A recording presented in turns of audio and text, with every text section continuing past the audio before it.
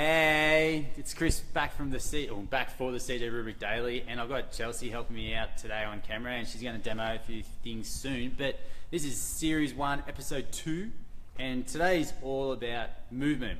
There's 3 things we like working on every day as a busy parent: movement, nutrition, and re-energized habits. And today's movement habit is PLP. A lot of people who follow me already know that I love PLP, and it's a program which was created by Chad Waterbury, which is like T-Nation fame, which you can go check it out. But he started it ages ago, and I just picked it up and ran with it. And it's the most successful habit we've had to get people to build movement into their day. And now I'm going to show you why. So basically what it is, PLP stands for push up, lunge, pull up. And what you do on day 1 is you do 1 rep. Then the next day you come back for day 2 and do 2 reps. Day 10 you do 10 reps. Day 20 you do 20 reps. So you just keep adding it up day by day. So whatever it is, day 15, you do 15 reps. And the thing to do, well, I'll talk about that in the mistakes later on, but I'm going to show you what it is. So pull up, find a bar.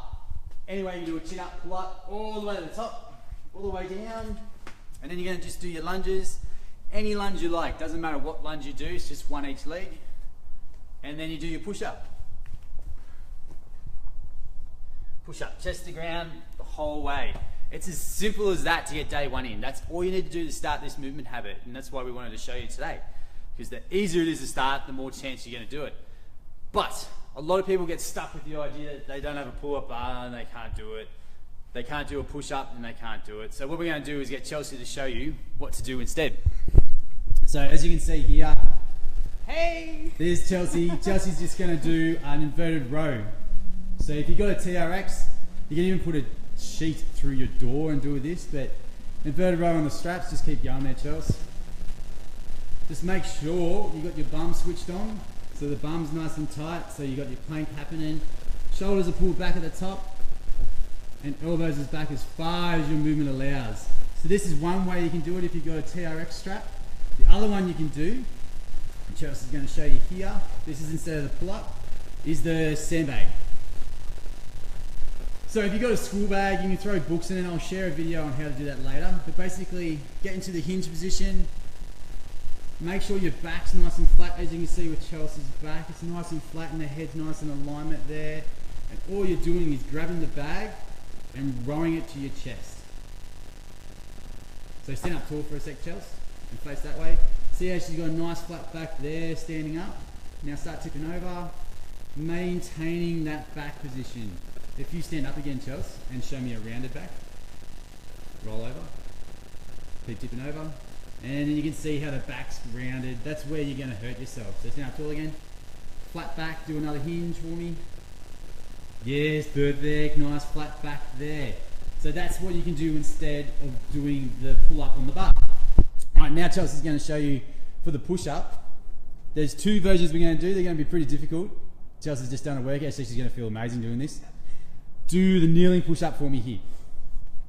Same thing, we want a nice flat back, bum squeezed tight, elbows tucked in, and do your push up there. And you can do your PLP in that position. And the other one we'll do is toes down, knees up, Chelsea. So this is the progression from that. Toes going down, drop your knees, and then do your push up there. That's more difficult than the kneeling push up, but it's a little bit easier than the standard push up. All right, I'm going to pass the camera back to Chelsea. Okay, cool. So that's PLP, and basically the rule with PLP is you start at day 1 and you go through to day 60. Now what the common mistakes are that people seem to do and want to do is they think it's too easy to start at day 1 and just do 1 rep of each. And they try and start at day 10. Everyone who started at day 10 has never made it through the full 60 days. But everyone who started at day 1 and stayed with the program all the way through made it to 60 days. And there's Chelsea's done it, I've done it twice, Dim's done it, Sandy's done it. There's heaps of guys that made it through 60 days.